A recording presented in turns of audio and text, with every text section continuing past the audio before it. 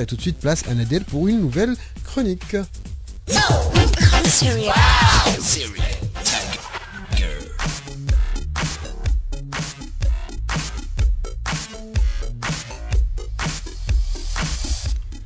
Si vous le savez, alors vous n'êtes pas sans savoir que pour se marier, il faut trouver un travail.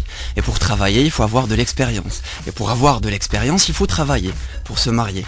Enfin, un cercle vicieux en forme d'alliance, une alliance que vous ne porterez pas d'aussitôt, vu la rudesse de la démarche.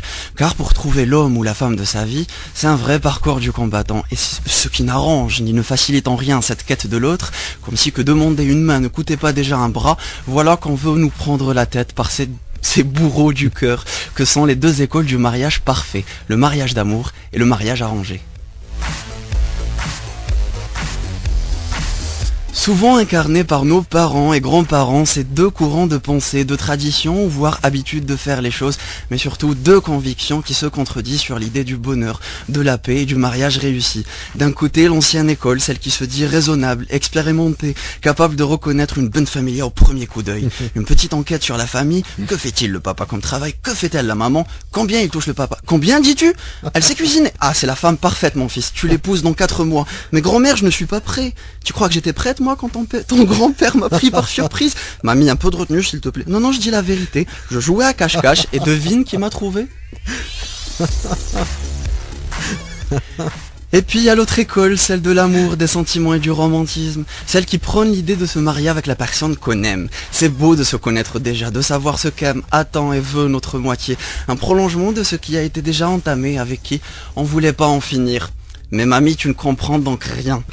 Est-il raisonnable de se marier sans sentiment, en s'attachant à l'idée qu'un amour paisible viendra au fil des années souder ces liens si fragiles parfois?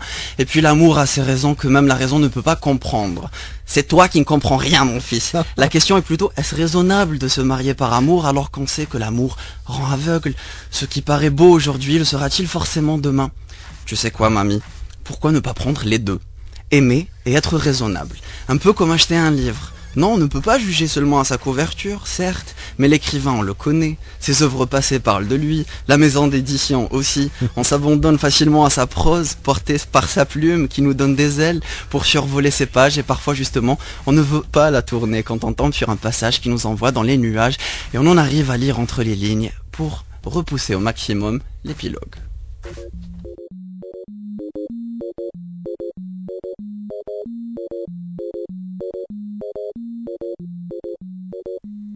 L'âme en peine, il vit mais par la peine, il a